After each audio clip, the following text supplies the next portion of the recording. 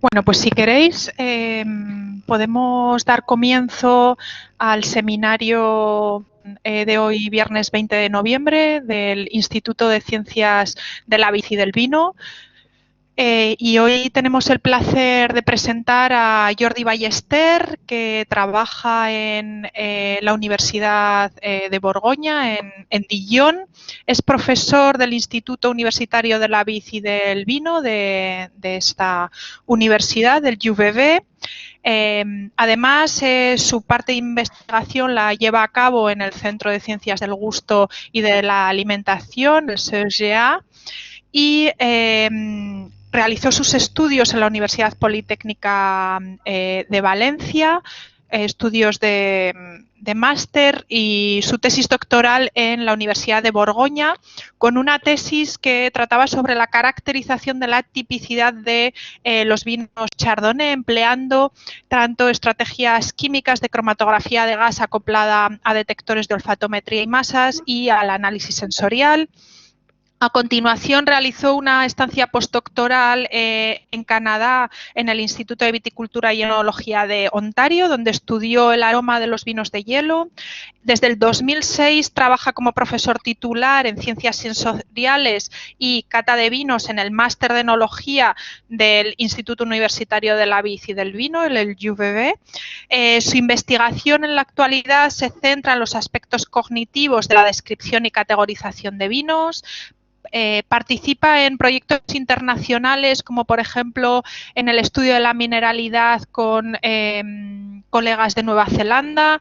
Estudia el efecto del nivel de experiencia y del conocimiento del consumidor en la percepción de vinos con colaboradores en Sudáfrica, y actualmente su trabajo se centra en la comprensión de los aspectos sensoriales relacionados con los procesos de oxidación y reducción. Es coautor de más de 30 publicaciones y un libro,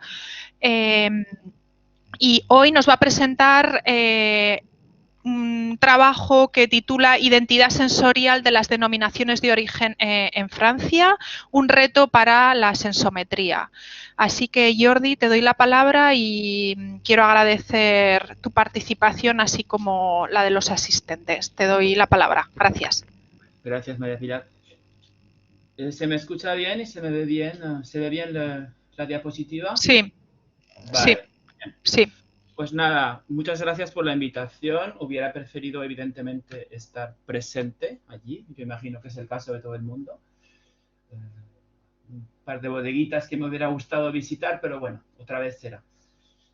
Os voy a hablar, como ha dicho María Pilar, de la identidad sensorial de las denominaciones en Francia, en relación a la idea del terroir, ¿no? Porque el tema este del terroir es un poquito, hay mucho debate, ¿no? Ha habido mucho debate siempre y nuestras conversaciones del principio de semana en el Congreso del Terroir que se ha dado en Adelaida, virtualmente, por supuesto, han dejado claro que el debate sigue ahí y que, bueno, pues las cosas no están nada claras, ¿no?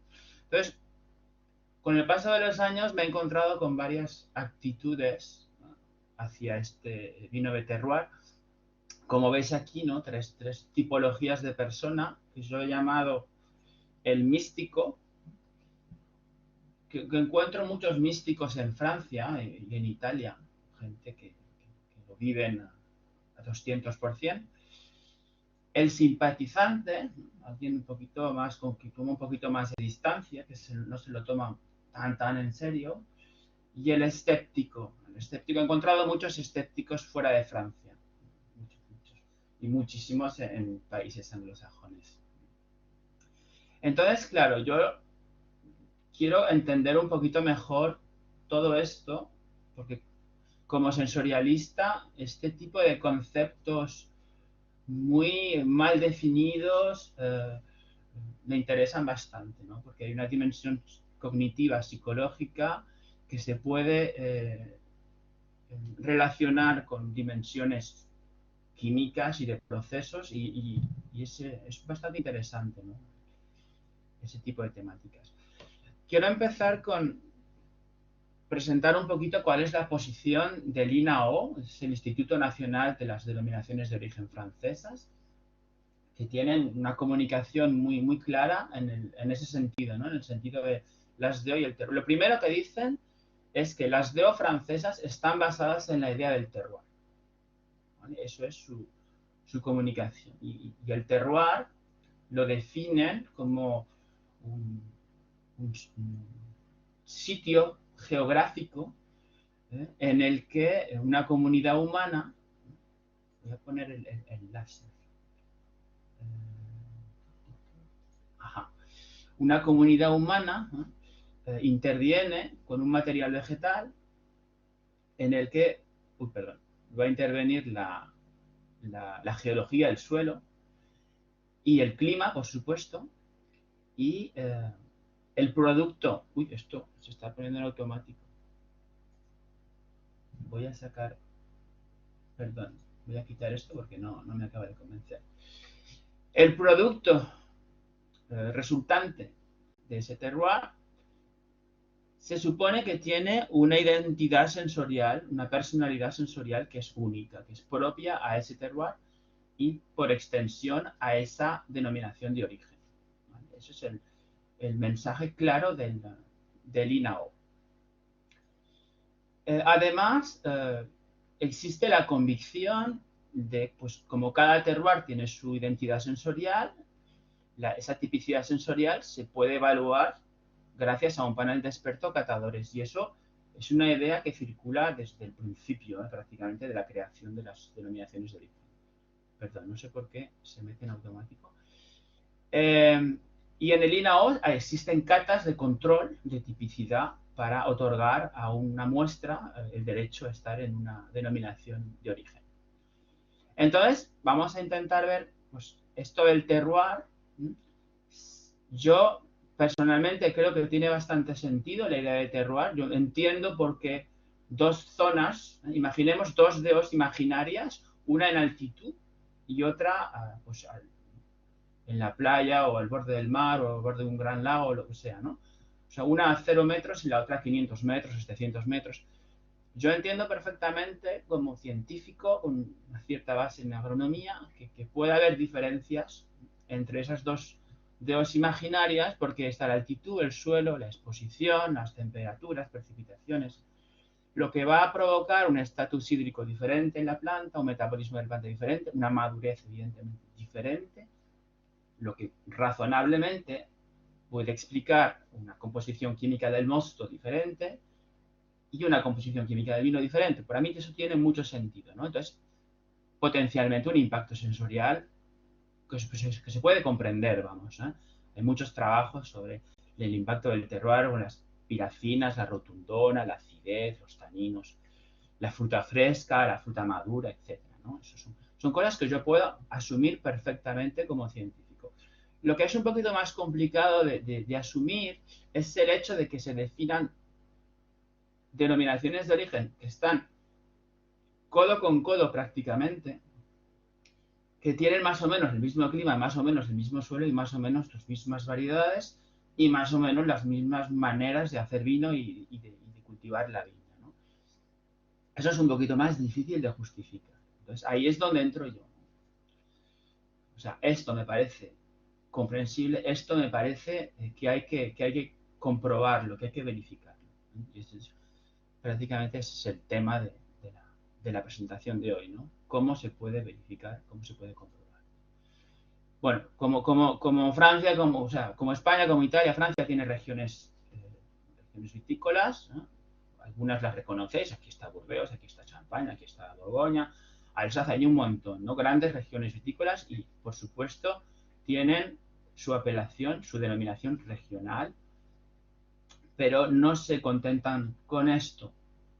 Por ejemplo, si nos centramos en Borgoña, que es donde yo vivo, en la apelación denominación regional Borgoña han creado un montón de pequeñas denominaciones. O sea, Borgoña tiene 28.800 hectáreas y hay 100 denominaciones de origen. O sea, es una burrada. pueblecitos que están codo con codo, no se sabe muy bien dónde empieza uno y dónde acaba el siguiente. Imaginaros, yo no sé, Rioja me parece que es el doble de hectáreas. Me pregunto cuántas denominaciones hay en Rioja. En la charla ya podremos discutir a lo mejor un poquito más tarde de eso, pero el concepto me parece bastante interesante. Y si hacemos un zoom todavía más en un pueblecito, por ejemplo, Chambol-Musigny, un pueblecito muy pintoresco, es una pequeña aldea de poco más de 300 habitantes, bueno, de la cafetería es anecdótico, y tiene 8 DOs en ese pueblecito, ¿no? Entonces, están un poco en el extremo de la delimitación lo más pequeña posible para valorizar parcelas que son a veces incluso bastante pequeñas, ¿no? Entonces, hay un pliego de condiciones para Bodmar, hay un pliego de condiciones para el Musigny, hay otro pliego de condiciones para la zona Rosa Claro. Varios pliegos de condiciones para diferentes Premier Cru. Bueno, es muy complicado, una documentación muy intensa, vaya. Pero claro, el consumidor, cuando va al supermercado, pues va a ver todas esas botellas etiquetadas con todas esas denominaciones a precios muy diferentes. Esto puede ir de 15 euros, bueno, menos de 15 es difícil, pero de 15 euros a varios miles de euros, ¿no? Entonces, el consumidor dice, bueno, pues si hay dos denominaciones diferentes, con precios diferentes, pues será que tienen un gusto diferente, ¿no? El consumidor es un poquito lógico en ese sentido, ¿no? Entonces, de eso se trata, ¿no? De ver si sí o no diferentes denominaciones tienen diferentes identidades sensoriales. Entonces voy a empezar por la denominación Fleury, que es un estudio que hicimos en 2007, ¿no? Hace bastantes años ya, con una especie de equipo de investigadores, una persona de Shenzhen, una persona de Dijon y los organizadores que fueron la interprofesión del Beaujolais. Entonces el Beaujolais está aquí, está en el sur de la Borgoña, no es parte oficial, no se sabe muy bien, es un poco raro, ¿no? Pero bueno, es Borgoña sin serlo, ¿no? En todo caso, es Gamay. La variedad de tinta que utilizan allí es Gamay. Entonces, imaginar, aquí tenemos la municipalidad de Fleury, que tiene además una denominación de origen, ¿no? Entonces, alrededor, Chenas es otra denominación, Julienas es otra denominación, Saint-Amour otra, Morgon, Chirrouble, todos esos son denominaciones. Y además hay denominaciones alrededor que son regionales, como Beaujolais, simplemente, ¿vale? Entonces, la idea aquí es saber si Fleury tiene una identidad sensorial que permite reconocer un vino de Fleury en cata ciegas. Es simple. Entonces, ¿cómo vamos a hacer esto? La hipótesis está clara. Los vinos de Fleury serán considerados sensorialmente más típicos del terroir de Fleury que los vinos que vienen de las DOs vecinas. Porque si esta DO existe es porque hay un terroir que la justifica. Todo esto en cata ciegas, por supuesto, ¿no? Esta se hizo en copas negras, con todas las precauciones clásicas del análisis sensorial, los órdenes de presentación, sin comunicación entre degustadores, etc. El estudio fue bastante grande, son 101 vinos, 50 vinos, o sea, vecinos, forasteros, vamos a llamarlos así, y 51 vinos de la denominación estudiada, con un panel de expertos, viticultores y enólogos de la zona, todos productores de Fleury. Probablemente también productores de otras cosas, pero en todo caso productores de Fleury. Y el método es muy intuitivo, es una escala de tipicidad o de ejemplaridad. El 0 es, este vino es atípico de la denominación o es un mal ejemplo de la denominación. Y el 10, el vino en cuestión es muy típico, es un muy buen ejemplo de la denominación. Entonces es una nota que se da después de haber catado el vino. Entonces, vamos a ver, lo primero que hay que mirar es el consenso entre los expertos. Eso es muy importante. Aquí, esto es una PCA, yo no sé si el público está familiarizado con la PCA, pero hay que imaginar que cada flecha es un catador experto y dos flechas que miran al mismo lado son catadores que están de acuerdo y dos flechas que miran hacia lados opuestos, son catadores que tienen opiniones opuestas, que han dado evaluaciones opuestas. Por ejemplo, este tipo de aquí y este tipo de aquí, pues no están en nada de acuerdo, ¿eh? Lo que es muy típico para este es poco típico para este. Entonces, lo que vemos aquí es que el consenso es razonable, pero la explicación de este primer plano es un poquito baja, ¿eh? 14 por 15% y 6%, bueno, es bastante baja. Si miramos la posición de los vinos en esta misma PCA, lo que vemos aquí es que los vinos que no son de Fleury, los forasteros, que están en azul, y los vinos de Fleury, que están en rojo, están bastante mezclados. Acordaros, la tipicidad está en la derecha, porque las flechas iban hacia la derecha. Entonces, lo más típico está aquí. Vale, entonces yo para simplificar estos datos lo que hago es hacer una media de tipicidad para los unos y para los otros. Y entonces lo que me sale es estos valores, ¿no? La media de tipicidad Fleury para los Fleury y la media de tipicidad Fleury para los outsiders, los forasteros. Y esto no es significativo. Lo que quiere decir que un vino de Juliénas tiene tantas probabilidades de ser típico de Fleury que un vino de Fleury. Lo que es un poco, me perturba un poquito, perdón. Entonces, en este caso no hemos conseguido probar, justificar científicamente que Fleury tiene una identidad sensorial propia. Hay otros ejemplos en Val de Loire sobre vinos de Savignac, son vinos blancos y vinos Anjou, que son vinos tintos, y voy a explicaros un poquito los resultados de esos tres estudios, de hecho. El primero es sobre Savignac. Un Savignac es una denominación de origen al lado de Angers, que hace vinos sobre todo de Chenin. Chenin, bueno, es una variedad fantástica. En este caso era Chenin seco, ¿vale? Entonces, al lado de Savignac hay otra denominación que se llama Anjou, que también hace Chenin seco, y un poquito más lejos, a un 100 y pico kilómetros, hay otra denominación que se llama Vouvray, que también hacen Chenin seco. Entonces, la idea es pues un poquito lo mismo que por Fleury, ¿no? Saber si se puede reconocer los Savigners gracias a esa nota de tipicidad de la que os he hablado, ¿no?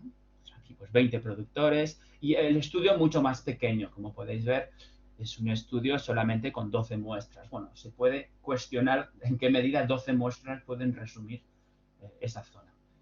Los resultados, aquí los tenéis, esas son las notas medias, cuando es S, Savigners, y cuando no es S, son otras cosas. Y lo primero que hay que decir es que no había un efecto significativo de la muestra sobre las notas de tipicidad. Así que estadísticamente todas las muestras tienen el mismo nivel de tipicidad Savignac. Entonces estamos en la misma situación que lo que habíamos dicho sobre Fleury. Algo que puede explicar esto es el consenso. Fijaros aquí en la falta de consenso terrible que hay entre los expertos de Savignac en su notación, ¿no? En su notación de la tipicidad de Savignac. O sea, que es que, vamos, es un caos completo, ¿no? Entonces, no hay nada que les ha permitido reconocer Savignac de manera consensual. Pues eso es una palabra importante. Tiene que haber consenso. Otro estudio hecho por la misma persona, Lucie Perrin, que es una investigadora que trabajó mucho en estos temas, es en Anjou-Brissac. Anjou-Village-Brissac son vinos de Cabernet Sauvignon, Cabernet Franc, están justamente al lado de Angers también, al lado de Angers. Y pues el mismo tipo de estudio. Esta vez son 5 de la denominación estudiada y 5 vinos de alrededor, ¿no? de la denominación vecina, que es Anjou Rouge. Y aquí les fue un poquito mejor la cosa. Fijaros que aquí el consenso es mucho mejor, mucho mejor.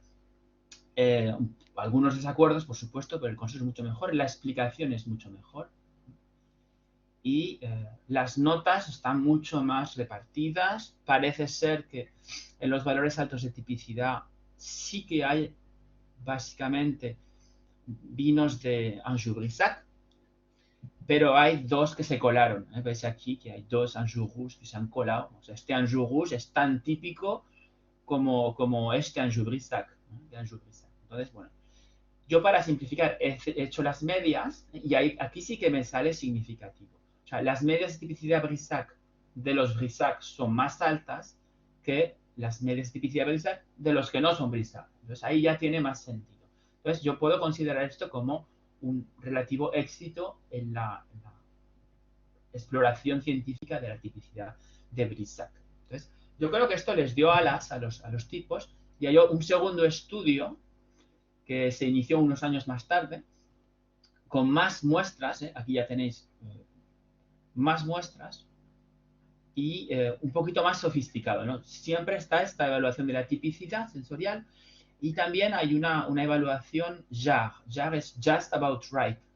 Es un método sensorial que optimiza el perfil de productos, optimiza el perfil sensorial de productos, y esta vez en vez de optimizarlo para que le guste a la gente, ¿no? Porque es el objetivo principal del JAR es optimizarlo para el liking, aquí lo que se optimiza es para la tipicidad, ¿no? Es just about right para que sea lo más típico posible, no para que sea lo más apreciado posible, ¿no? Pues, por ejemplo, mi escala de pimiento verde tendría a la izquierda demasiado débil, la intensidad del pimiento verde es demasiado débil, en el medio sería justo lo que necesito en pimiento verde para que sea súper típico, y en la derecha, demasiado pimiento verde, se pasa de pimiento verde, entonces ya no es tan típico. Y ahí en paralelo, otro panel de 20 jueces han hecho Quantitative Descriptive Analysis, que es simplemente un perfil sensorial cuantitativo de toda la vida. A ver si le ha sido mejor, si les ha ido mejor. Lo primero es ya para empezar que no les ha ido mejor. Hay una pequeña tendencia, pero no han podido demostrar que los Brissac son más típicos de Brissac que los no Brissac. Es decir, que la probabilidad se les queda un poquito alta. Y el JAR tampoco separa perfectamente, no separa en absoluto los Brissac de los no Brissac. Tenéis en verde los Brissac y en azul los no Brissac. Perdón. Aquí tendríamos que tener un grupo verde y un grupo azul bien separados, y lo que no es el caso. Y el análisis descriptivo cuantitativo tampoco es el caso, ¿no? Veis aquí que los verdes y los azules están un poquito mezclados y pues nada, no lo han conseguido. El último artículo que he leído en estos temas es un artículo de este año, de 2020, sobre terroirs del Languedoc, que es la zona sur de Francia. Entonces, este artículo, no sé por qué razón, ha codificado los terroirs A, B, C, D hasta F y no le ha parecido bien dar los nombres de los terroirs. No sé si habría confidencialidad o algo, no sé. Han utilizado la misma metodología que lo que acabamos de ver para Brissac. Hay un panel por terroir, porque claro, uno utiliza los expertos del terroir y no de otro terroir. Pues hay 6 paneles diferentes en función del terroir que se ha estudiado, y para cada terroir han elegido un grupo de muestras del terroir en cuestión y 4 forasteros, ¿no? 4 outsiders. Entonces hay como 6 estudios en una misma publicación. Como ya os he dicho, la primera tarea es una evaluación de la tipicidad, como se viene haciendo todo el rato, a ciegas, todo bien. Y la segunda tarea es un JAR basado en tipicidad, como hemos visto para el Brissac. Entonces aquí lo que hay son 6 estudios en uno. Entonces, aquí están las notas de los 6 estudios y veis aquí que tenéis verde es el terroir estudiado y gris los forasteros. Entonces aquí el terroir A ha funcionado bastante bien. Terroir B ha funcionado bien, pero no es significativo. El terroir C es un poquito mezclado. Terroir D también tenemos este aquí que se ha colado, que tampoco... El terroir F la verdad es que ha funcionado muy bien. Entonces para mí los que mejor han funcionado son los terroirs.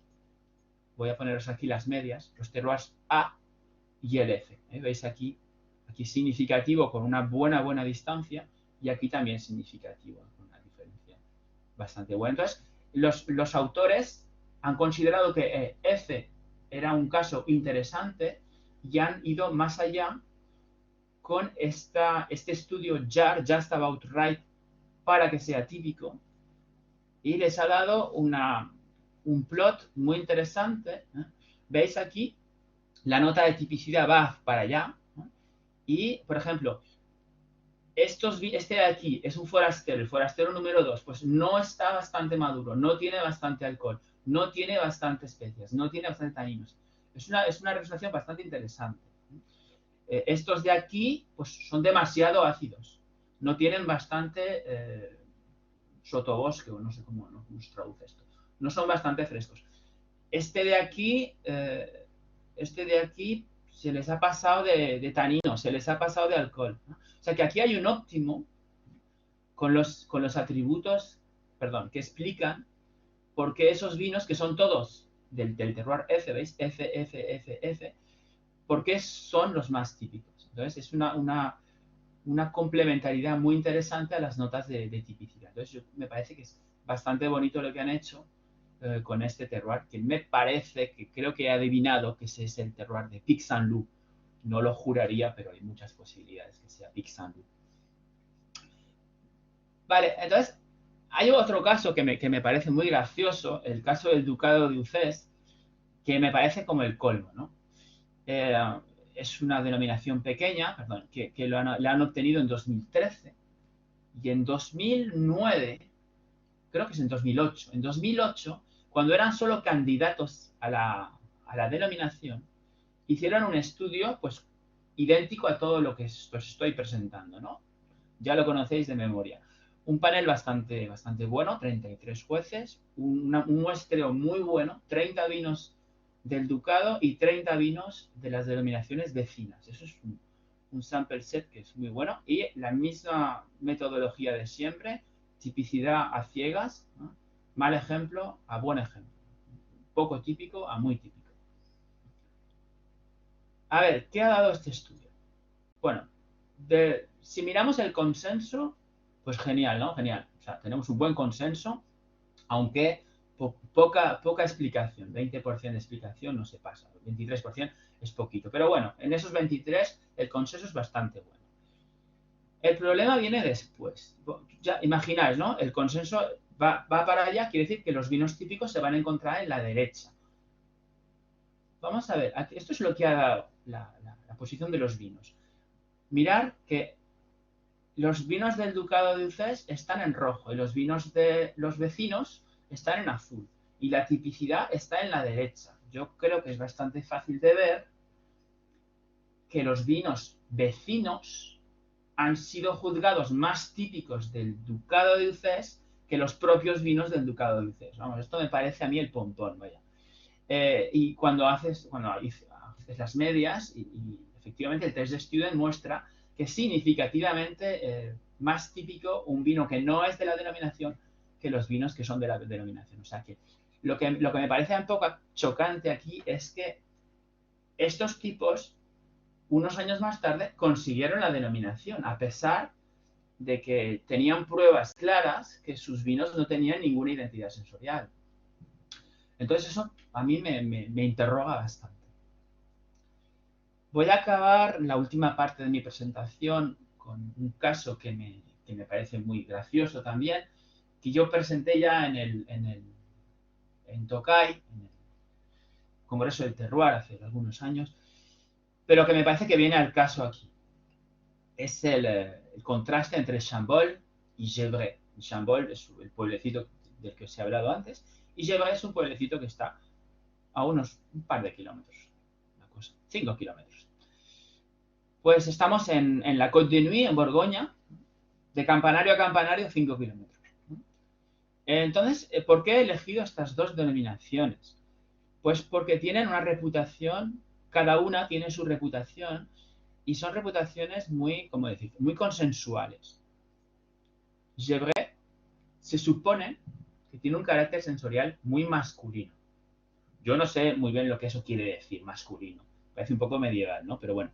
Y Chambol-Musigny tiene un carácter sensorial muy femenino. Entonces hay un mensaje que está enviado constantemente en ese sentido, ¿no? De oponer esas dos apelaciones, denominaciones. Entonces, hicimos una experiencia con mi cómplice historiador, Olivier Jacquet. La hicimos en 2 años distintos porque son vinos tan caros que bueno, no teníamos un budget específico, entonces tuvimos que cortarlo en dos trozos, ¿no? En 2013 y en 2014 hicimos la experiencia repetida, ¿no? Y así pues nos queda como una repetición. Si tenemos los mismos resultados en los dos años, pues los resultados quiere decir que son más robustos, ¿no? Y cada año encontramos dos paneles de enófilos que estaban inscritos en una formación en nuestra escuela de enología. No de enólogos, sino de enófilos, ¿vale? Y la hipótesis está muy clara, ¿no? Si los terruños de Chambol y de Gevrey dan vinos de estilo muy diferentes, tienen que ser muy fáciles de reconocer, simplemente con una especie de cata ciegas, donde simplemente hay que reconocer si es de una denominación o de otra. Eso debería ser muy fácil. Y para ello hicimos dos cosas. Lo primero es un ejercicio de asociación libre de palabras para ver si nuestros paneles tenían ya en la mente esas ideas de masculinidad y de feminidad, ¿vale? Porque esto hay que verificarlo antes de empezar a catar, ¿no? Y luego ya la propia cata con una simple categorización binaria dirigida, muy sencilla. Entonces, los resultados de la asociación libre de palabras. Voy a presentaros primero quiénes son esos enófilos, porque el enólogo uno sabe lo que es, el consumidor que no sabe nada sabe uno lo que es, pero el enófilo es algo entre medias que no se sabe muy bien lo que es. Entonces, en 2013, 16, en 2014 también 16, y eso es acumulado, ¿no? Son estadísticas acumuladas de los dos años. 40%, 46% tiene más de 10 libros sobre vinos en casa. 58% participa a menudo a catas. 79% hacen enoturismo, quiere decir que deciden de su lugar de vacaciones en función de la presencia o no de viñedos. O sea, mucho vicio. Y 70% tiene más de 20 botellas en casa. Yo no sé en España, pero en Francia es cada vez más raro que la gente conserve ni siquiera 5 o 6 botellas en casa. No sé por qué. Vale, estamos hablando ya de enófilos muy implicados, con mucha implicación. No estamos hablando aquí de consumidores Don Simón, ni mucho menos, ¿no? Entonces, esos son nuestros catadores, esos son nuestros paneles. Entonces, como os he dicho, el ejercicio de asociación de palabras es muy sencillo. Les digo, ¿qué le viene a la mente cuando digo Chambol Musigny? Claro, en un contexto del vino, claro. Y luego les digo, ¿qué les viene a la mente cuando les digo Gevrey Saint-Bertin? Entonces, lo primero que les viene a la mente me lo escriben ahí y yo pues ya cuento cuántas veces las cosas han sido citadas. Entonces, aquí os propongo un gráfico en el que están cuántas citaciones de cada una de las palabras para cuando digo Chambol y cuando digo Gevrey. Cuando digo Chambol está en rojo, cuando digo Gevrey está en azul. Chambol es el que se supone que es femenino y Gevrey es el que se supone que es masculino. Entonces, fijaros aquí. Lo que tenemos aquí es elegancia, finura, afrutado, femenino, floral, ligereza, delicado, ¿no? Son los más citados para Chambol. Y para Gevrey, potente, viril, taninos, estructurado, fuerte, complejo. Bueno, es un poco machista, ¿eh? Pero en todo caso, esto me prueba a mí que mis catadores ya tienen en su cabeza una representación mental muy bien definida de lo que es Chambol y de lo que es Gevrey. Y parece ser que estamos hablando de vinos muy diferentes. Entonces llega la hora de la verdad. Aquí lo que llega es la hora de la cata ciega, saber qué pasa. ¿Y qué pasa? Imaginaos, yo les doy todas las muestras y les digo, hacedme dos grupos. El grupo que pensáis que sería Chambol y el grupo que pensáis que es Gevrey. Bien, pues aquí os presento los resultados de 2013 en el que pues había 16 personas, claro, entonces cada persona ha decidido si era Chambol o ha decidido si era Gevrey. Entonces aquí en el código del vino, por ejemplo, este vino CH091 es un Chambol de 2009 y es uno de los Chamboles, ¿vale? Pues para este vino la mitad del panel han dicho que era Gevrey y la mitad del panel han dicho que era el Chambol, evidentemente el azar, ¿no? Para este vino, pues ha quedado así, ¿no? Este Chambol ha quedado como más Chambol, pero cuando haces un test estadístico, porque nosotros todo lo verificamos estadísticamente, no sale significativo, ¿no? Sale no significativo. Bueno, aquí tampoco es significativo, aquí tampoco es significativo, tampoco. Y este, Gevrey 2009, el número 3, sale significativamente bien categorizado en la categoría que le toca, ¿no? Este Gevrey, para la gente que ha catado, tiene un gusto de lo que ellos esperan de Gevrey, es decir, potente, viril, estructurado, todo eso. Y este, pues no. Entonces, 1 de 8. 1 de 8 corresponde a la categoría esperada. Y en 2014, pues para este Chambol tenemos random, para este Gevrey random, random. Y tendencia, parece que aquí hay una tendencia. No es significativo, pero me parece que a 10% sí que sería. Lo que pasa es que hay un problema. Esto es un Gevrey y lo que le sale mayoritariamente es Chambol. O sea que no está nada claro esta cuestión. Así que, bueno, para concluir, como habéis visto, hasta ahora los pocos estudios realizados muestran que es muy difícil verificar científicamente que cada terroir, cada DO, tiene su identidad sensorial única. Entonces, nuestros resultados, no los míos, los colectivos, ¿no?, de toda la gente que ha hecho esos estudios, no confirman en absoluto lo que declara el INAO. Es un poco romántico, ¿no? Las DO francesas están basadas en el terroir y cada terroir tiene su identidad sensorial. Eso solo lo hemos verificado en 2 ocasiones, ¿no? De 13 estudios. O sea que no es que se pase. ¿Y por qué? ¿Por qué puede ser eso? Yo creo que durante la creación de la mayoría de las AOCs en Francia, las AOCs, las DOs, en los años 30, 40, 50, los métodos de estudio del terroir, todo lo que es agronomía, el clima, los análisis químicos y los análisis sensoriales, ni te cuento, eran muy rudimentarios o incluso inexistentes. No tenían satélites, ni drones, ni análisis químicos súper sofisticados, y el análisis sensorial ni existía.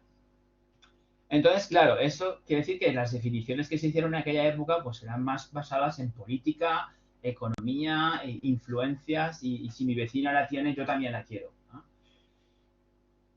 Y nunca hubo una exigencia de presentar resultados sensoriales para que te dieran la DO. De hecho, como ya habéis visto con el Ducado de Dufés, a pesar de tener un resultado negativo sensorialmente, les dieron la DO. O sea que, a ver si alguien comprende algo. Y actualmente, en todo caso, lo que observamos es una gran variabilidad al interior de cada DO en cuanto a estilo de vinos y maneras de producirlo, incluso de tipos de suelos y eso, y realmente pocas diferencias entre DOs que son vecinas, vaya.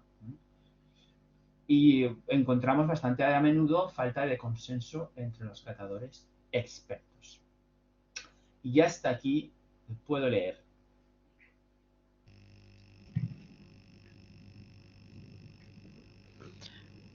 Bueno, Jordi, muchas gracias por la presentación. Animo a los asistentes a que escriban en el chat las preguntas que consideren, que creo que muchos tenemos muchas, ¿no?, que hacer después de esta presentación de resultados, en el que Jordi ha puesto de manifiesto que el concepto del terroir parece ser que es más un concepto asociado a ideas preconcebidas y asociadas al marketing.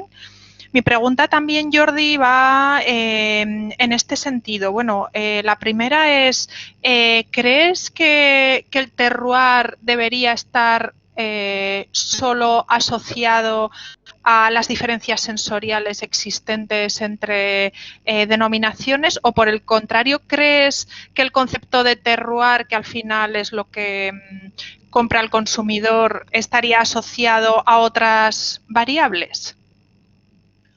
Los que han definido el terroir, como has visto, introducen en el terroir las prácticas humanas, la dimensión humana. Yo creo que no hay un consenso muy grande en lo que es el terroir. Cuando preguntas a la gente, incluso gente que trabaja en el terroir, en función de su disciplina, meten el acento en unos aspectos o en otros. Claro, yo soy sensorialista y naturalmente pues le doy más importancia al sensorial. yo no creo tener la verdad absoluta. Yo pienso que si me pongo en el lugar del consumidor, el consumidor compra un vino porque el vino tiene unas propiedades sensoriales y un precio.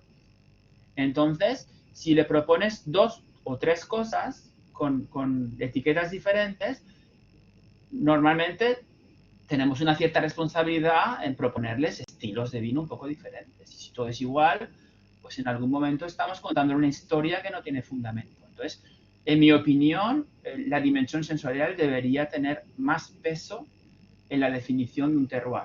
Luego, el geólogo va a decirte que a él se la suda, que lo que quiere, para él un terroir es una zona que tiene unas características geológicas particulares y lo demás le da igual. O sea, que yo no creo que yo pueda permitirme de decir, el terror es esto. Es algo por la tangente, ya lo sé, pero es que es un tema muy, muy delicado. Mira, gracias Jordi. Por otro lado, César Arranz pregunta, buenos días, felicidades por la exposición. ¿Hay algún estudio actual similar en España? Ahora se están desarrollando en España vinos de paraje, vinos de pueblo. ¿Qué opinas de esto? Una puntualización, Jordi. Nosotros aquí en España las denominaciones de origen, en Rioja es una única denominación de origen. Es cierto que hay subdivisiones, pero en los pliegos de condiciones no hay una diferenciación entre lo que podría ser un producto, un vino elaborado en la Rioja Alta, en la Rioja Alavesa o en la Rioja Milenaria.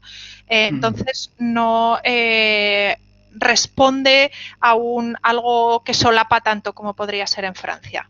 Pero sí. Eso, perdón por la puntualización. No, pero es importante porque justamente he preguntado eso durante mi presentación, ¿no? ¿Cuántas denominaciones hay en Rioja? Pues es interesante saber que yo pienso que es prudente hacer denominaciones. Hay más posibilidades porque por cuestiones climáticas las regiones están separadas, ¿no? Seguramente, o sea, quiero decir, no, porque las regiones están separadas, seguramente el clima será diferente, más continental, menos continental. Te das más posibilidades de encontrar un estilo de vino un poquito diferente. Imagínate, en mi ejemplo de las deos imaginarias, la que estaba en la montaña podría ser Somontano, ¿no? Y luego, por ejemplo, otra podría estar en Alicante. Pues me parece razonable pensar que un Cabernet Sauvignon en Somontano será diferente de un Cabernet Sauvignon de Enrique Mendoza o lo que sea en Alicante, ¿no? Yo creo que es razonable. Lo de los pagos es un poquito por seguir el modelo francés-italiano, porque es una apuesta. Para mí es una apuesta. Es apuestas si ganas o apuestas si pierdes, ¿vale? Yo no estoy diciendo que no vaya a funcionar o que sí que vaya a funcionar. Hasta que no se haga, no se sabrá. Depende de los criterios que se han considerado para determinar este pago merece ser pago o este pago pues no será recibido como pago. Yo creo pues que he hablado con algunas personas que estaban implicadas en esos procesos de certificación. Hay mucha geología y mucha agronomía, pero sensorial no hay nada. Entonces, el riesgo que al final de la corrida un vino de pago pueda a lo mejor tener más calidad que un vino fuera del pago, pero que tenga una tipología propia, eso no está garantizado en absoluto. Y efectivamente sería interesante de verificarlo, pero yo no sé si a la gente le interesará verificarlo, igual no le interesa a nadie. Y que yo sepa, no hay estudios en ese sentido en España, para responder a la pregunta de la persona. Gracias, Jordi. Sí, yo también desconozco estos estudios y la verdad es que se está moviendo mucho este tema ahora mismo entre las denominaciones, sobre todo porque desde las agencias acreditadoras están obligando a confirmar que los vinos de las denominaciones tienen las características descritas en los pliegos y en los pliegos de condiciones son unas características que se generaron sin ninguna base científica y sin ningún estudio sensorial, sino en base a lo que en su día un técnico propuso, y todo esto está llevando a grandes problemas para las denominaciones. Y bueno, es un tema a tener en cuenta y que no creo que haya nadie en este foro de NAC, pero que deberían intentar tenerlo en cuenta, ¿vale? Y hay una pregunta más. Hola Jordi, ¿cómo seleccionaste los vinos de cada denominación para el estudio para que sea representativo de cada DO? Eso es súper importante, súper importante. Vamos a ver, yo no he estado implicado en cada uno de estos estudios. Conozco a los autores, pero no son mis estudios. Estoy implicado en Fleury, pero yo desarrollé este método de medida de tipicidad para la tipicidad varietal. Hubiera querido hacerlo en DOs, pero políticamente era muy complicado. Entonces yo hice lo fácil, ¿no? Variedades, eso no le... Pero entonces cada autor ha seleccionado sus muestras como le ha parecido. Yo, cuando alguien me propone 4 muestras para representar una DO, personalmente me parece ridículo. Me parece poco ambicioso. Y es verdad que, ¿en base a qué criterios vas a decidir que tus 4 pobres Saveniers van a representar los 60 productores de Savenier? Es un tema muy delicado. Por eso a mí me excita mucho más los estudios con 100 vinos o con 60 vinos, porque por lo menos ahí, con la ley de los números grandes, tienes una pequeña garantía de que la denominación es representada en el estudio. Pero la pregunta es muy interesante y es crítica, vamos, es un punto crítico de estos estudios. Claro, en este sentido yo quería preguntarte, claro, en Rioja estamos hablando de un de un total de 600 bodegas que cada uno hace de un orden de 10 tipos de vinos. Estamos hablando de 6.000 vinos en la denominación. ¿No crees que es arriesgado hacer estudios de este estilo basados en la cata, en el tasting, a la hora, a nivel de representatividad de lo que sería los vinos de la denominación? ¿O crees que podría haber otras alternativas como las basadas en la memoria, como lo que han hecho los portugueses, que han sido capaces de distinguir o de diferenciar los atributos asociados a un total de... Dentro de 12 denominaciones han sido capaces de identificar 5 grupos bien diferenciados, basándose en una estrategia, basándose en la memoria y no en el tasting, en las catas? Sí, la publicación de Aníbal es muy interesante, la verdad. Efectivamente, de 12 han pasado a 5, ya se han quitado de... Es eso, ¿no? De 12 a 5.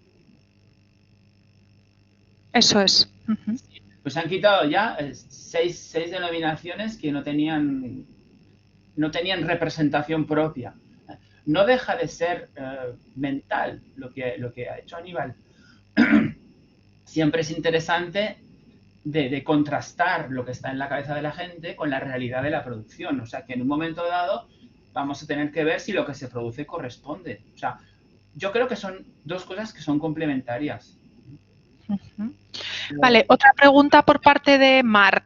Me gustaría saber cómo define la tipicidad, se define la tipicidad en los pliegos de condiciones, cómo se define la tipicidad en los pliegos de condiciones de estas denominaciones de origen. ¿Está definida la tipicidad de cada tipo de vino de la denominación en los pliegos?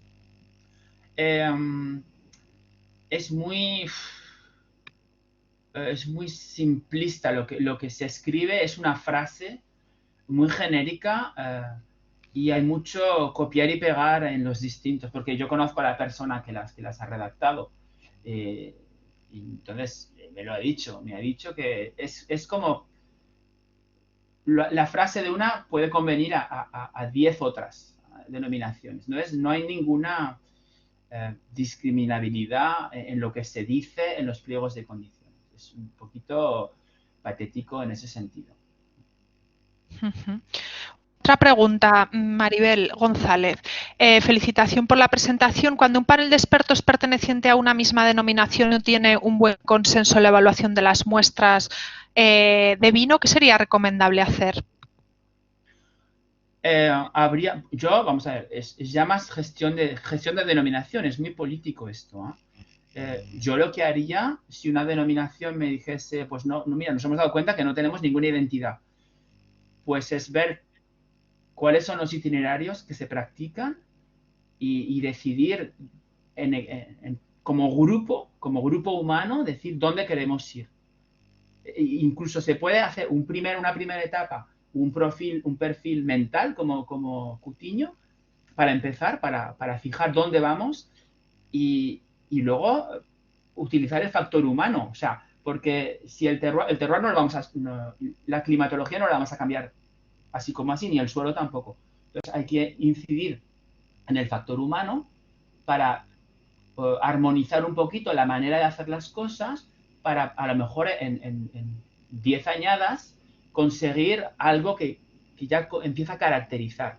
Pero sobre el terroir no se puede intervenir tampoco, así como así. Ese sería mi consejo. Muy bien, Jordi. ¿Crees que está habiendo una homogeneización en este sentido de los vinos? A mí lo que me parece, o sea, yo creo que sí, hay una homogenización del estilo, eso está bastante claro. Yo creo que la tecnología, la técnica es responsable de eso. No estoy diabolizando la técnica en absoluto, a mí me da un poco igual. Me gusta la diversidad, por supuesto, me gusta ser sorprendido como catador, ¿no? Pero lo que me interroga es el contraste entre el mensaje, un mensaje de diversidad, de originalidad, de tipicidad que nos llega de todas partes y la realidad sensorial de la propuesta de vinos, siempre hablando de origen, ¿eh? No estoy hablando de la propuesta de vinos, es muy diversa, pero si nos limitamos al origen, tampoco hay estilos radicalmente opuestos, sobre todo en tintos me da la impresión, que en tintos la cosa es un poquito más homogénea, ¿no? Es una impresión muy personal, no estoy hablando aquí como científico, sino más como catador.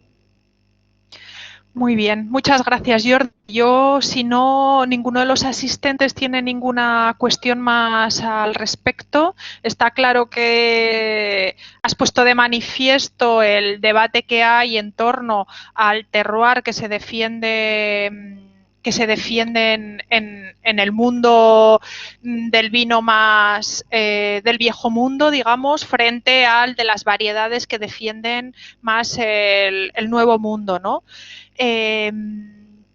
Ya veo que hay una pregunta. Sí, eso es. Veo que hay una pregunta de Pablo Franco. Buenos días, gracias por compartir conocimiento. Un asunto y haciendo que compartan objetivo a la hora de diferenciar origen, enfrentar dos vías, este método sensorial y RMN, por ejemplo, que tenemos en la enológica de Aro en Madrid, en el arbitral, ¿qué vía cuantificación de analitos son capaces de determinar origen, año, variedad? ¿Podrían enfrentarse ambos métodos? No solo podrían, se deberían. Pero yo soy una persona muy práctica, entonces a mí lo que me interesa es lo que la gente va a percibir cuando va a consumir el vino. Podemos trazar, podemos garantizar orígenes. Bueno, he leído publicaciones súper interesantes sobre autentificación de origen, de añada, pero todo eso, todos esos analitos, incluso a veces es no on-targeted, simplemente son espectros, pero sin saber bien qué compuestos están implicados. Da igual, discriminar químicamente no garantiza en nada que habrá una discriminación sensorial. Yo creo que hay que poner esos dos juegos de datos codo con codo y ver si se puede encontrar correlaciones. Pero si hay una discriminación química y no hay una discriminación sensorial, el consumidor le va a dar lo mismo. No le aporta nada. Gracias, Jordi. Comparto tu discurso. Bueno, si ya no hay más cuestiones, vamos a dar por terminado el seminario hoy. Agradecer mucho a Jordi el haber participado, el que abrimos la puerta a que puedas venir cuando acabe todo esto físicamente y podamos debatirlo en persona. Y muchas gracias por tu tiempo y a todos los asistentes. Damos por Muchas gracias a ti. Muy bien, gracias Jordi y a todos. Hasta luego. Gracias. Hasta luego.